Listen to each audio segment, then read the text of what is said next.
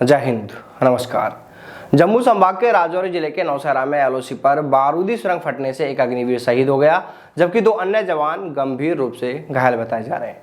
घायलों को प्राथमिक उपचार के बाद एयरलिफ्ट कर सेना के कमांड अस्पताल उधमपुर में भर्ती कराया गया, जबकि अग्निवीर अजय सिंह वीरगति को प्राप्त हुए हैं।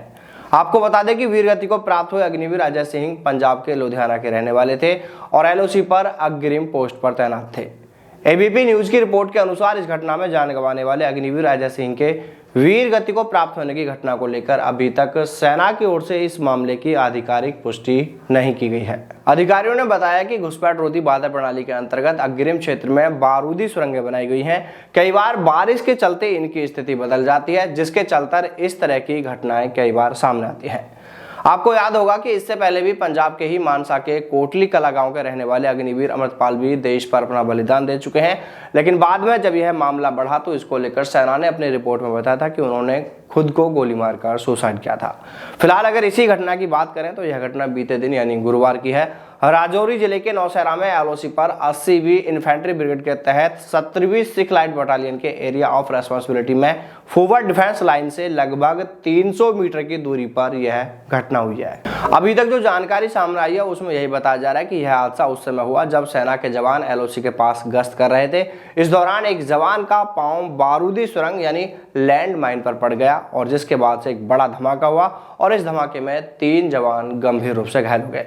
इसमें से एक जवान अग्निवीर अजय सिंह वीरगति को प्राप्त हो गए, जबकि 2 सैनिक गंभीर रूप से घायल हैं। इससे पहले अग्निवीर अजय लक्ष्मण गावते भी वीरगति को प्राप्त हो चुके हैं। वो सियाचिन ग्लेशियर में ड्यूटी पर तैनात थे और ड्यूटी के दौरान ही वो वीरगति को प्राप्त हुए थे। लेकिन कहते हैं कि देश पर बलिदान होना हर किसी के नसीब में नहीं होता है। ऐसे वीर कम ही होते हैं जो जाते जाते भी अपना नाम अमर कर जाते हैं, देश पर बलिदान होकर जाते हैं। अग्निवीर सेना में भर्ती होकर अग्रिम पोस्टों पर तैनात होकर निडरता के साथ दुश्मन के सामने सीना ताने खड़े हैं। तो ऐसे में सरकार को भी इन वीरों के लिए इतना तो सोचना ही चाहिए कि अग्निवीरों को जो सिर्फ साल में 1 महीने की छुट्टियां दी जाती हैं, उन छुट्टियों को बढ़ाया जाए। अगर बात करें परमानेंट सैनिकों की तो उन्हें 3 महीने की छुट्टियां होती हैं, तो कम से कम अग्निवीरों के लिए 2 महीनों की छुट्टियां तो होनी ही चाहिए। इससे अग्निवीरों को शारीरिक और मानसिक तौर पर भी राहत मिल सकेगी, क्योंकि देखिए अग्निवीर भी तो उन्हीं सैनिकों के समान ड्यूटी कर रहे हैं, यानी जो ड्यूटी परमानेंट सैनिक कर रहे हैं वही ड्यूटी अग्निवीर भी कर रहे हैं। जिन्हें अगर परमानेंट सैनिकों की बात करें तो उन्हें 3 महीनों की छुट्टी दी जाती है, तो फिर ऐसे में अग्निवीरों को भी ज़्यादा नहीं तो कम से कम 2 महीने की छुट्टियां तो दी ही जानी चाहिए, क्योंकि अग्निवीर भी तो खतरनाक पोस्टों पर तैनात हैं। इसलिए सरकार अग्निवीरों की छुट्टियां बढ़ाने पर विचार करे और हो सके तो लोकसभा चुनावों से पहले ही इसकी घोषणा कर अग्निवीरों को राहत पहुंचाएं, क्योंकि अग्निवीर में चयनित हुए युवा भी इसको लेकर मांग कर रहे हैं कि उनकी छुट्टियां और बढ़ाई जाएं। 1 महीने की छुट्टियां बहुत कम है। दोस्तों, आप इसको लेकर क्या सोचते हैं कि क्या अग्निवीरों के लिए छुट्टियां बढ़ाई जाने की जो मांग है क्या वो जायज है या नहीं है? अगर हाँ यह मांग सही है तो अग्निवीरों को कितनी छुट्टियां मिलनी चाहिए, कमेंट करके जरूर बताएं। तो चलिए दोस्तों, फिर मिलते हैं सेना में सेना भर्ती से जुड़ी तमाम बड़ी खबरों के साथ।